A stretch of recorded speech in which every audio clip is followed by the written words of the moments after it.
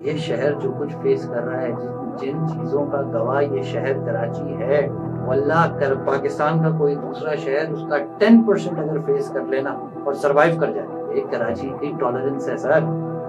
इस शहर में आपकी बाइक पंक्चर हो जाए, 50 बाइक वाले रुक के खड़े हो जाते हैं। आधी रात को किसी अकेली खातून को, हम बहुत नेगेटिव सोचते हैं यार कि वो अकेली खातून रात को कराची में निकली, ओ भाई आधी रात को सड़क पर खड़े हो जाए, 4 मुहाफिज खामखा के भाई बन के भी खड़े होते हैं। इस शहर ने पूरे मुल्क से नहीं, पूरी दुनिया से आए हुए लोगों को अपने दामन में जगह दे रखी है।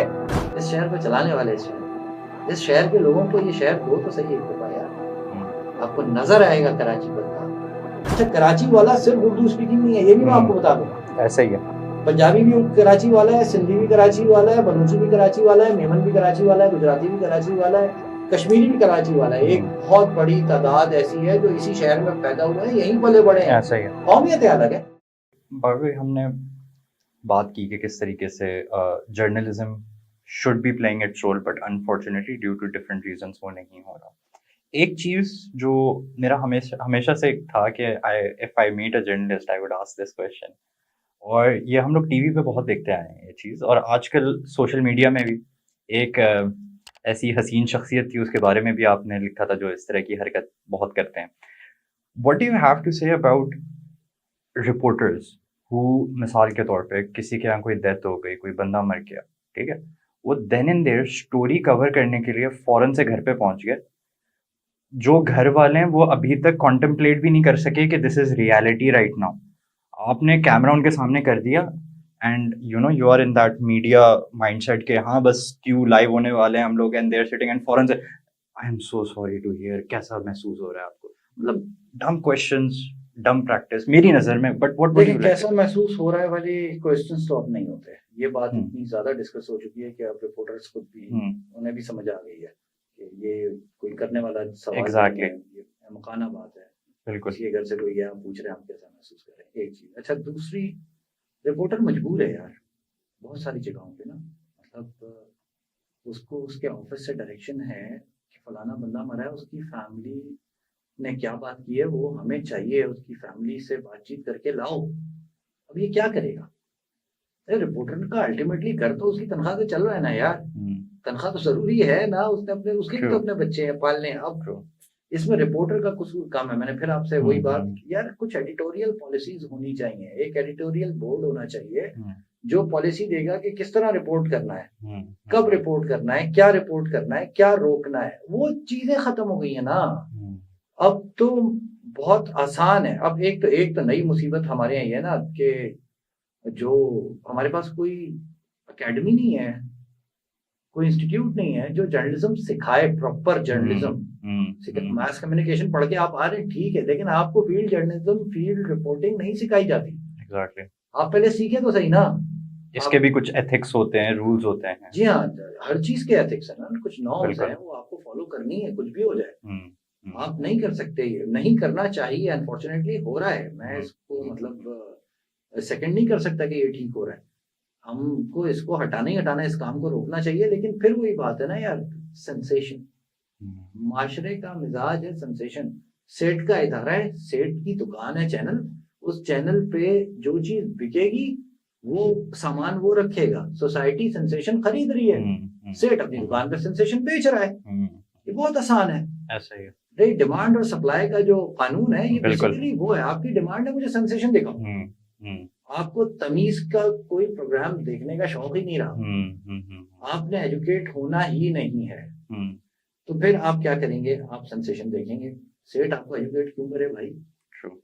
तो हमें मतलब हमारी सोसाइटी चूंकि तबाह हुई है ना, माशरा तबाह हुआ है। सहाफी भी माशरे का हिस्सा है, चैनल का मालिक भी माशरे का हिस्सा है, व्यूअर भी माशरे का हिस्सा है।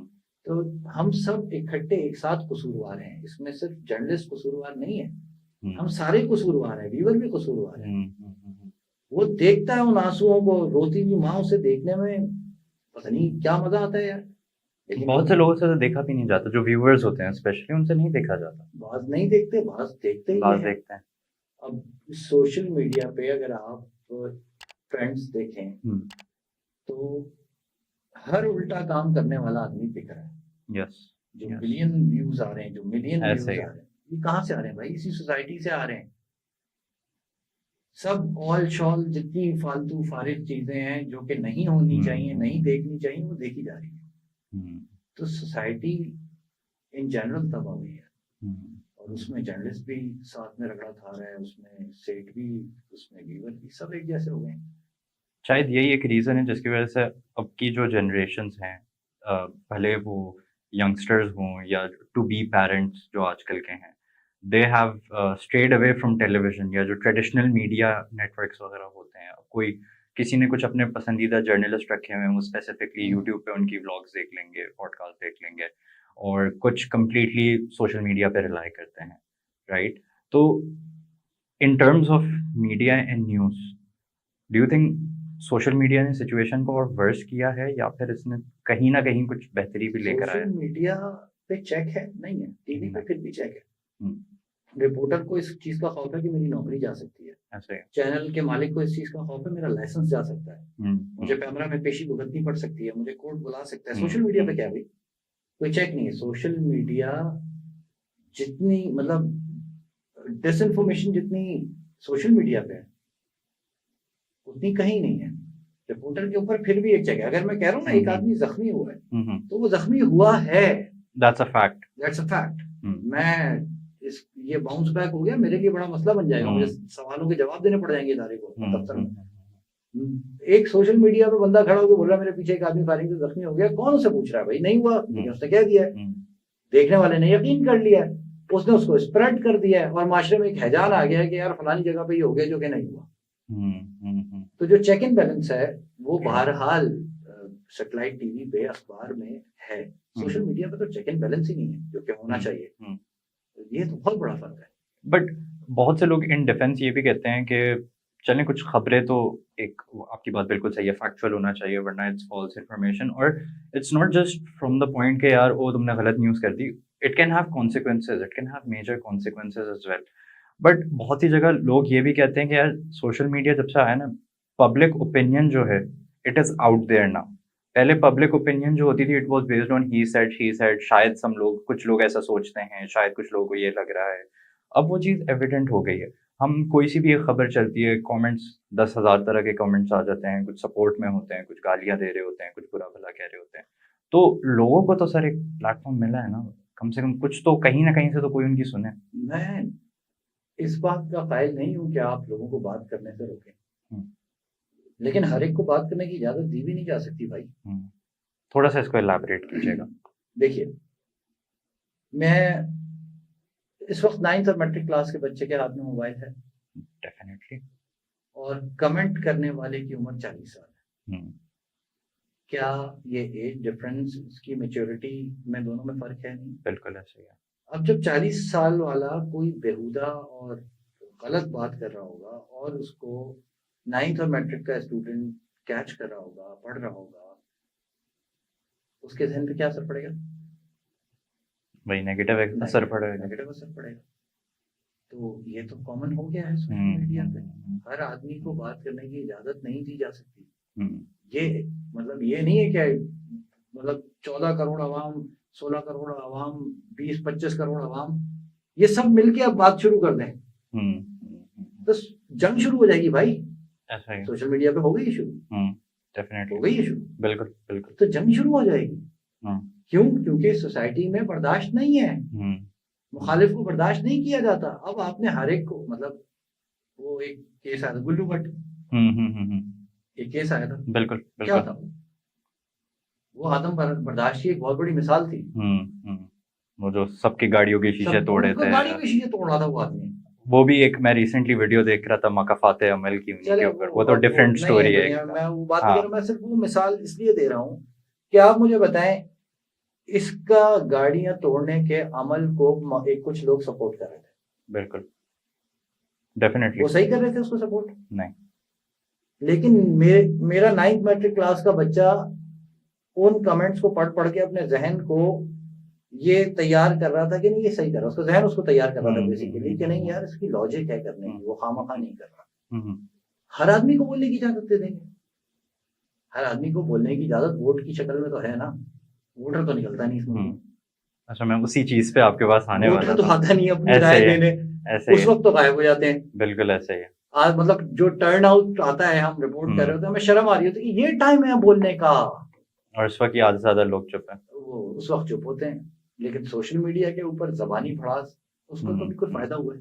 कोई फायदा नहीं होगा। तो ऐसे ही। आप बोलने की इजाजत दें, हम्म, रेस्ट्रिक्शंस होनी चाहिए। आपने क्या दुनिया में सोशल मीडिया इतना ही मादर पितर आजाद है? चाइना में है, हम्म, नहीं यूएई शायद में है, नहीं, रिस्ट्रिक्शंस है वहां पे। सऊदीया में है, इवन रिस्ट्रिक्शन इन अमेरिका इतना खुला है कि भाई ये इधर ही है सिर्फ जो कुछ है। और हमें बड़े अच्छे अल्फाजों में पिरो के जो है ना वो बुराई पहनाई जाती है। बहुत अच्छे अल्फाज लगते हैं देखने में, हकीकत में वो बुराई होती है उसके अंदर। हमें कह दिया जी ये पब्लिक ओपिनियन कम से कम किसी जगह से तो सामने आ रहा है, फॉर गॉड सेक यार, हर जगह से पब्लिक ओपिनियन, मैं इस चीज के खिलाफ हूँ। पब्लिक ओपिनियन पहले वो बना किस चीज पे, ये भी तो देखो कि वो फैक्ट्स पे है कि ओपिनियंस पे है। हाँ, एक चीज फैक्ट्स पे डेवलप ही नहीं, मतलब वो उसने ग्रो किया है झूठ पे, और अब वो ओपिनियन बन के सामने आ गया है। यार आप कैसे इजाजत दे सकते हैं इसको स्प्रेड करने की? True true. ये मसाइल है। अच्छा, लोग लाइक जो नॉर्मल पब्लिक है वो तो फिर इन डिफेंस ये भी कहेगी ना कि भाई एक तरह से मीडिया भी यही कर रहा है, क्योंकि आपने भी ये मेंशन किया कि कहीं ना कहीं से कंट्रोल तो है, राइट?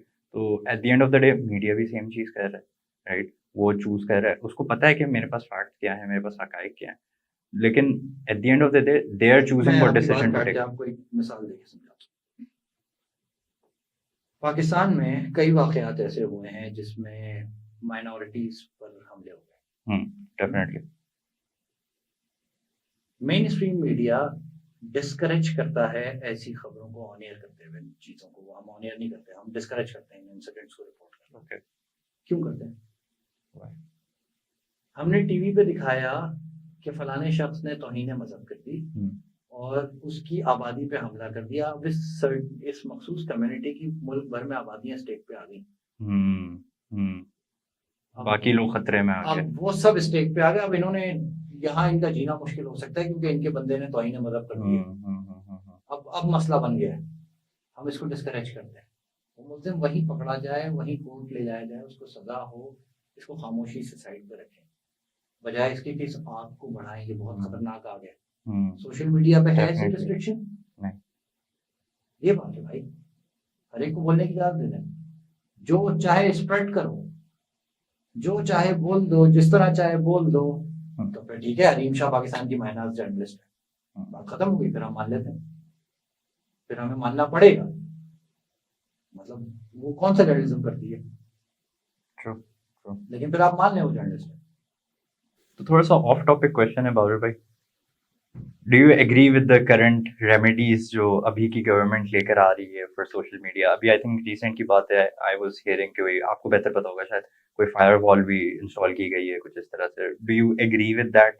यार इट डिपेंड्स, वो फायरवॉल किस कंटेंट को रोकेगी, इट डिपेंड्स। ओके।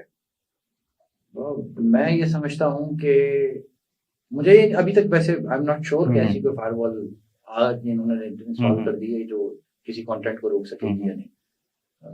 मुझे अभी तक इसकी कोई श्योरिटी नहीं है, लेकिन कुछ कंटेंट तो रुकना चाहिए। Yes definitely. कुछ कंटेंट रुकना चाहिए। एक तो सबसे पहले ये जो घरों की माएं बहनें दिखा दिखा के इन्होंने तमाशा मचाया हुआ है, ये कंटेंट रुकना चाहिए। अब इसलिए नहीं कि मैं मौलवी हूँ, दाढ़ी वाला बंदा हूँ, इसलिए नहीं यार, मैं इसी शहर में पला पड़ा हूँ, मैं इसी शहर में यहाँ की यूनिवर्सिटी से पढ़ा हूँ, मैंने को एजुकेशन ली है, मेरे घर में भी एक बेटी है, मेरे बच्चे भी कोएड में पढ़ रहे हैं। मैं नहीं चाहता कि वो ये कंटेंट देखें। इस तरह का कंटेंट तो रुकना चाहिए। अगर आप सिर्फ पॉलिटिकल मोटिव्स लेकर फायरवॉल इंस्टॉल कर रहे हैं और मैं हुकूमत में हूं तो अपोजिशन की बात नहीं चलाने दूंगा, और अपोजिशन हुकूमत में आएगी तो मेरी बात नहीं चलाने देगी, तो ये तो जुल्म है। ये तो डेमोक्रेसी डेड। ये तो फिर आप छोड़ दें कि आप जो वैसे ही डेड है डेमोक्रेसी, अब रही कितनी है, लेकिन फिर भी जो बची कुची है वो भी खत्म, ऐसे ही है खलास। फिर तो आप किसी को ना बोल देना इस माशरे में। बहरहाल ठीक है, बहुत हाल खराब हो गया, माजरत के साथ हम जिनको हीरो बना के पेश करते रहे गुज़िश्ता 25-30 सालों से, वो बहुत सारे लोगों के लिए जो आइडियल भी होंगे में भी हम्म, जो लोग जिनको देख देख के जवान हुए हैं, हम्म, जिन्होंने बड़े बड़े ड्रामे बनाए हैं, वो आके कहते हैं मैंने बड़ी शराब पी है, खान साहब एक पैक से मतलब ये इस yeah, कौम को हीरो दिए गए हैं 25-30 साल में, अल्लाह माफ करे, जो पवांगे तहल लैलान एक हराम काम को करने को ओन भी कर रहे हैं और उस पर फख्र भी बता रहे हैं, अल्लाह माफ करे। बहरहाल खैर ये अलग बात हो जाएगी। तो इस माशरे के बहरहाल मुफक्किरों को, इस माशरे के अदीबों को, इस माशरे के शायरों को, इस सोसाइटी को कोई डायरेक्शन देने की कोशिश करने वालों को बोलने की इजाजत देनी चाहिए।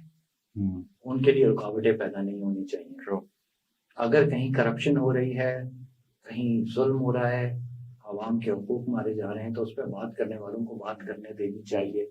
उस पर रोक टोक लगाने का मतलब है करप्शन को फरोग देना, बिल्कुल, जुल्म को फरोग देना और एहतसाब को खत्म कर देना। ऐसे। लेकिन अगर इसके अलावा कंटेंट रोका जा रहा है, जैसा मैंने आपसे कहा, तो यार वो तो रोकें प्लीज, वो तो फौरन रुकना चाहिए। वो तो ब्रेन डेड वैसे भी कंटेंट है, brain dead, you don't need any logic for that, बिला वजह के लिए वो चीज। ओके, सो मैं थोड़ा सा मेन स्ट्रीम जर्नलिज्म की तरफ दोबारा आना चाहूँगा। As a layman, someone who has no background in journalism, no connection, no insight idea of किस तरीके से काम करती है चीज़, हमारे लिए बहुत कन्वीनियंट है बैठ के कहना कि अच्छा ये वाली खबर इसलिए चला रहा है, इसने पैसे खाए होंगे, ठीक है। बट रियलिटी थोड़ी सी डिफरेंट होती है। हर दफ़ा पैसे नहीं खाए होते, कुछ और चीज़ें भी खाई होती हैं, राइट। तो मुझे थोड़ा सा, since you have been a journalist, you have been in those places जहाँ पे you know it was do or die और इस तरह की चीज़ें, किस तरह, क्या प्रेशर आता है एक जर्नलिस्ट के ऊपर? एक एवरेज, हम तो इजीली कह देते हैं पैसा खाया होगा, ये उसका फलां का बंदा है इसलिए ऐसी बात कर रहा है, बट हर दफा ऐसा नहीं होता, कुछ लोग मजबूर भी होते हैं। जर्नलिज्म में प्रेशर रोज आता है, हर घंटे में आता है, हर उस वक्त में आता है जब आप सोसाइटी से जुड़ी किसी चीज को सामने ले आते हैं। मैं किसी, फॉर एग्जाम्पल, हम थोड़ा सा पीछे चलते हैं, ठीक है। अभी मैं तहरीक इंसाफ के खिलाफ कोई खबर लेके आ जाऊं, तो उसके फॉलोअर्स ने कहना ये वो है पटवारी है, ये PMLN का बंदा है या ये पीपल्स पार्टी का बंदा है।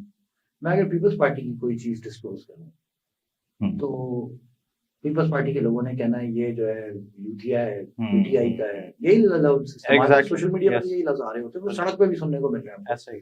तो मुखालफीन, देखें, हर चीज के हक में और हर चीज के मुखालिफ लोग होते हैं। बिल्कुल, ये जर्नलिस्ट का काम ही नहीं है कि वो मुखालफत से घबराए। सबसे इस माशरे में तो खास तौर पे सबसे आसान है किसी की कैरेक्टर असैसिनेशन, डेफिनेटली, बगैर किसी सबूत चीज के आप कह दें और वो वायरल हो जाए, तो वो हो गई, बड़ा गर्व हो गया उस आदमी। जर्नलिस्ट का काम है इन चीजों को फेस करना, ये हमारा काम है। ठीक है, हम मेंटली, वहाँ हमारे भी इमोशंस हैं यार, हम भी इंसान ही हैं, हम थकते हैं, हमारे भी दिमाग हमसे कहते हैं यार क्यों बर्दाश्त कर रहा है ये सब कुछ। हमारी फैमिलीज को भी फेस करनी होती हैं चीजें। मैं जब बाहर निकलूंगा और मेरे साथ मेरे बीवी बच्चे होंगे और मैंने कोई ऐसी खबर कोई घंटों पहले चलाई होगी जिसका रिएक्शन सोसाइटी ने देना होगा और वो मुझे सड़क पे मेरे बीवी बच्चों के साथ मिलेगा, तो मैं तो बिल्कुल मर गया ना यार, मैं तो। एग्जैक्टली। फिर बच्चे किस इमेज के साथ बड़े होंगे? बहुत सारी चीजें, वो स्कूल जाएंगे, उनके स्कूल फेलोज उनसे बोलेंगे, कॉलेज फेलोज उनको बोलेंगे भाई तुम्हारे अब्बा ने पैसे ले लिए। नहीं लिए अब्बा ने पैसे, अब्बा ने तो हकीकत बात बताई है, लेकिन चूंकि सोसाइटी में उस चीज के मुखालफिन की तादाद ज्यादा थी तो वो बात आम हो गई, और वो आम होते होते मेरे घर के अंदर तक आ गई और मुझे परेशानी शुरू हुई। तो ये तो हमें फेस करना है। फिर जर्नलिस्ट जो है ना वो छोड़ दे साथ, अगर वो इस किस्म के प्रेशर नहीं ले सकता कि किसी खबर को चलाने के बाद उसमें लोगों के इल्जामात को फेस नहीं कर सके, तो फिर जर्नलिज्म करने की जरूरत नहीं। ये तो फेस करना, मैंने आपसे कहा ये पैशन का मसला है, ऐसा ही, ये 9 to 5 जॉब नहीं है, ये व्हाइट कॉलर नौकरी नहीं है। अगर आप ये सुबह दोपहर शाम प्रेशर ही है आपके ऊपर, तो वो आपको ये फेस करना है भारत। तो बाबर भाई, जो न्यू जर्नलिस्ट आना चाह रहे हैं, सही, भले वो ग्रेजुएट्स हों, भले वो कोई हो जिसने अपना पुराना प्रोफेशन छोड़ के उसने कहा कि चलो मैं एक्चुअल जर्नलिज्म करूं या व्हाटएवर, वो क्या करें? वो नहीं आए इस फील्ड में यार, क्यों नहीं आए? देखें, पहले तो ये देख लें, हर हर चीज के कुछ प्रोज हैं, कुछ कॉन्स हैं। बिल्कुल। आप पहले तो 2-4 सीनियर से मिल लेना जाके, प्रेस क्लब में आपको बहुत सीनियर मिल जाएंगे। एक ऐसी जगह है जहाँ सारे जर्नलिस्ट होते हैं, हर तरह का साथी मिल जाएगा, हर बीट का साथी मिल जाएगा।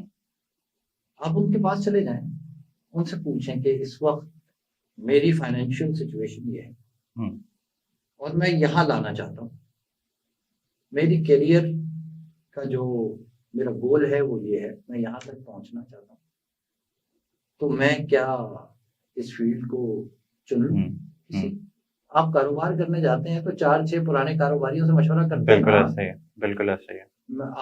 मैं सोशल डिजिटल काम करना शुरू कर रहा हूँ, सोशल मीडिया पे आ रहा हूँ, डिजिटल मीडिया पे मैंने सोचा यार मैं कुछ काम करूँ, तो मैं कुछ ऐसे लोगों से बात करूंगा ना जो पहले से काम कर। डेफिनेटली हमारे यहाँ एक तो ये चीज नहीं है, पूछते ही नहीं है।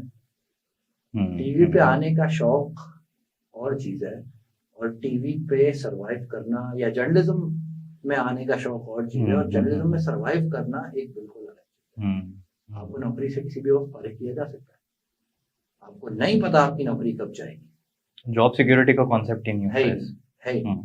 और आपको ये नहीं पता कि अब आपको आगे कहीं नौकरी मिलेगी या नहीं मिलेगी, ये भी नहीं पता। तो क्या आप अपनी फैमिली को पाल सकेंगे? ये चीज देखनी पड़ेगी आपको आने से पहले। आप बहुत हेल्दी, मतलब बहुत रिच और वेल्दी बैकग्राउंड लेकर आए, आपके लिए जर्नलिज्म मसला ही नहीं है, आपके लिए मसला नहीं है आपका। लेकिन अगर आपने इसको एज ए प्रोफेशन आना है तो पहले रिसर्च करें, रुकें।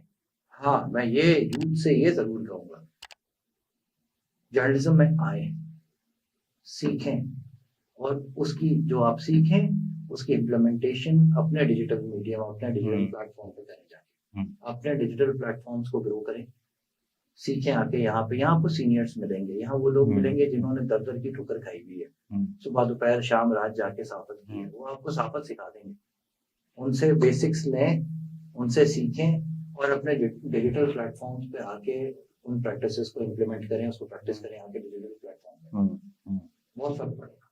लेकिन सर बेनिफिट क्या है इसका? एक तो चले खिदमत खल्क हो रही है, अज्यूमिंग द फैक्ट कि आप फैक्ट के ऊपर बात कर रहे हैं, जो जितनी आपकी कैपेसिटी है, जितनी आपकी नॉलेज है, उसके हिसाब से you are being true and you are being right. आप कोई इधर उधर की बातें नहीं कर रहे, you are completely factual, right?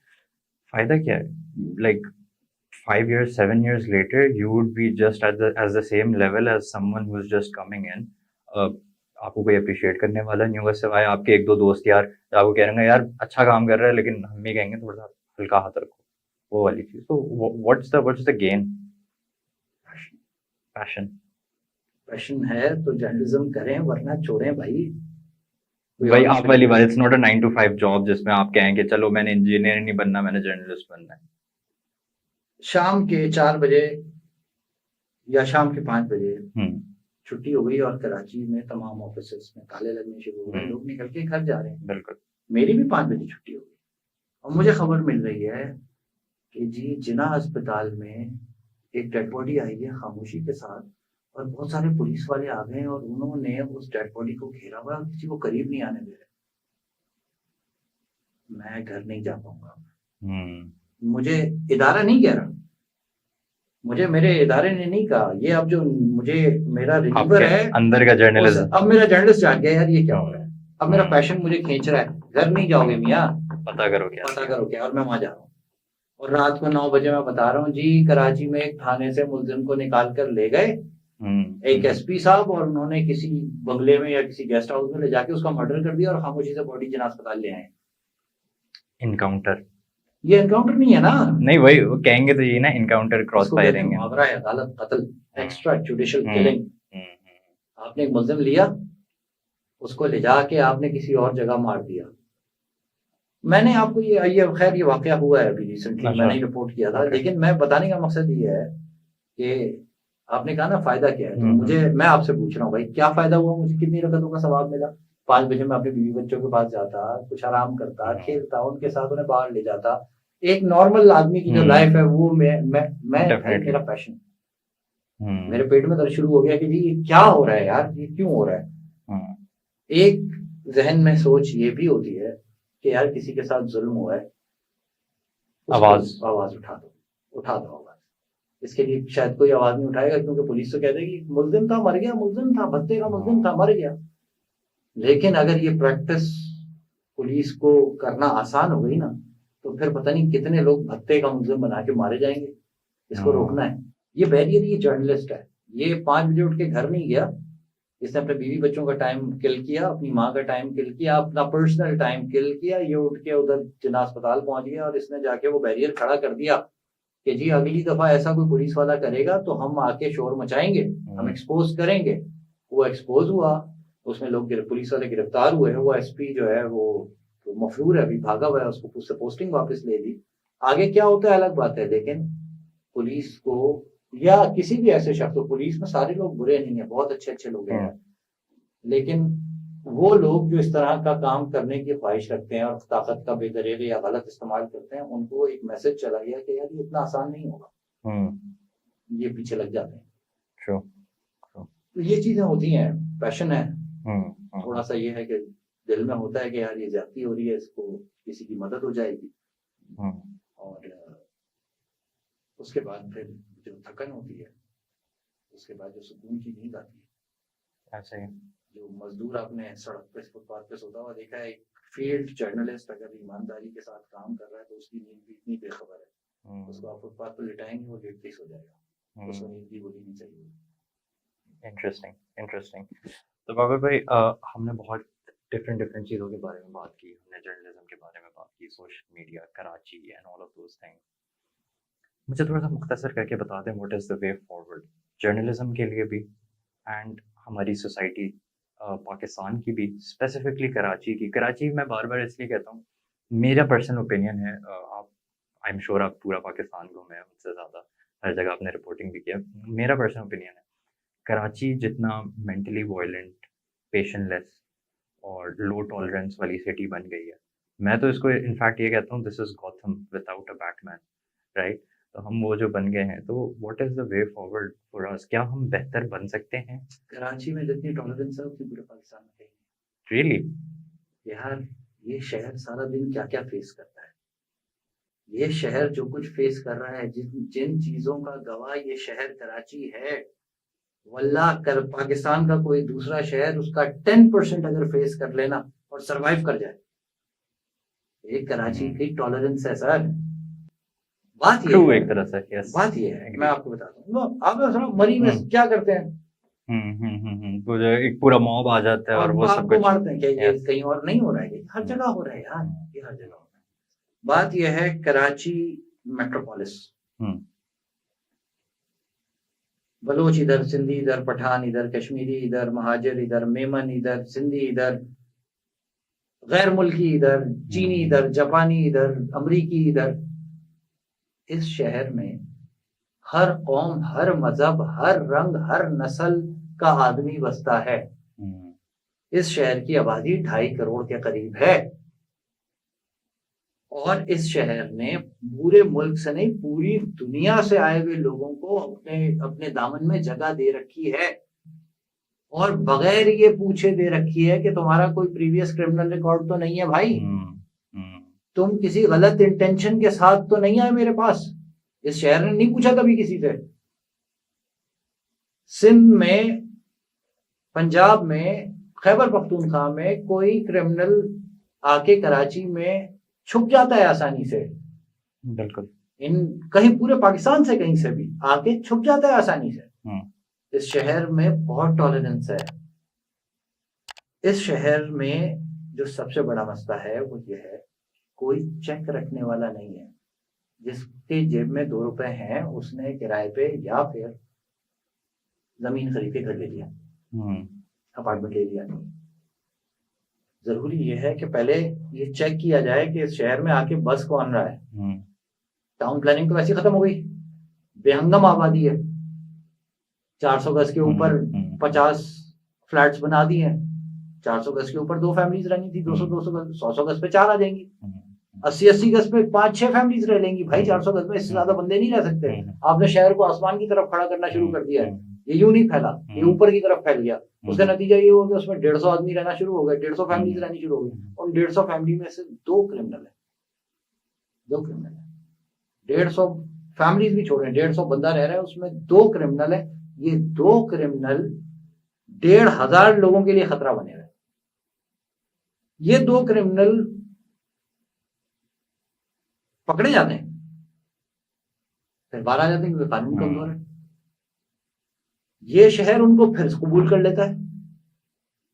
इसी शहर में अदालतें लगी हुई हैं, इसी शहर में जेल है भाई, सेंट्रल जेल इसी शहर में है, सिंध हाई कोर्ट इस शहर में है, जुडिशियल मजिस्ट्रेट्स इस शहर में बैठते हैं, पुलिस इधर है, आईजी सिंध इस शहर में बैठता है, इसका इस शहर का पुलिस चीफ अलहदा है, डीजी रेंजर्स इस शहर में बैठते हैं, वजीर आला सिंध इस शहर में बैठते हैं, हर इदारे का हेड इस शहर में बैठा है। इस सूबे को चलाने वाला सेक्रेटेरिएट, सिंध सेक्रेटेरिएट इस शहर में है। इस सूबे के इदारों के मुंतजमीन जो एडमिनिस्ट्रेटिव बॉडीज हैं उनके हेड्स इस शहर में हैं, सेक्रेटरीज इस शहर में बैठते हैं। कौन नहीं करता, कौन ऑन करेगा? ये टॉलरेंस की जो आपने बात की ना यार, कराची से ज्यादा टॉलरेंस किसी शहर में है? इस शहर में आपकी बाइक पंक्चर हो जाए, 50 बाइक वाले रुक के खड़े हो जाते हैं। आधी रात को किसी अकेली खातून को, हम बहुत नेगेटिव सोचते हैं यार कि वो अकेली खातून रात को कराची में निकलेगी, ओ भाई आधी रात को सड़क पर खड़े हो जाए, 4 मुहाफिज खामखा के भाई बन के भी खड़े होते हैं, आगे पूछ लेते हैं कोई काम तो नहीं है, कोई गाड़ी का मसला है, मैं सही कर दूं, मैं हेल्प कर दूं। हर एक की बैड इंटेंशन नहीं है, हर एक की बुरी इंटेंशन नहीं है। इस शहर में हेल्प करने का जज्बा, यार मुल्क में जल्जला आता है, सबसे ज्यादा डोनेशन कहाँ से जाता है? कराची से। सबसे ज्यादा लोग निकल के मदद करने पहाड़ों पे कब गए थे जब जल्जला आया था? कौन, किस शहर ने आगे बढ़ के मदद की थी? सैलाब आया, किस शहर से सबसे ज्यादा मदद हुई? मैंने खुद डोनेशन किया है, मैंने खुद जमा किया है, अपने डिजिटल प्लेटफॉर्म से मैंने एक आवाज लगाई थी, दुनिया भर से लोग, कराची वाले तो मतलब बस नहीं चल रहा था किस तरह हेल्प करते हैं। कोरोना आया, क्या हुआ? क्या हुआ था उसमें? वो भाई लोग घरों के दरवाजों पे राशन पहुंचा रहे थे। क्या चाह रहे हैं इस शहर से? बहुत टॉलरेंस है।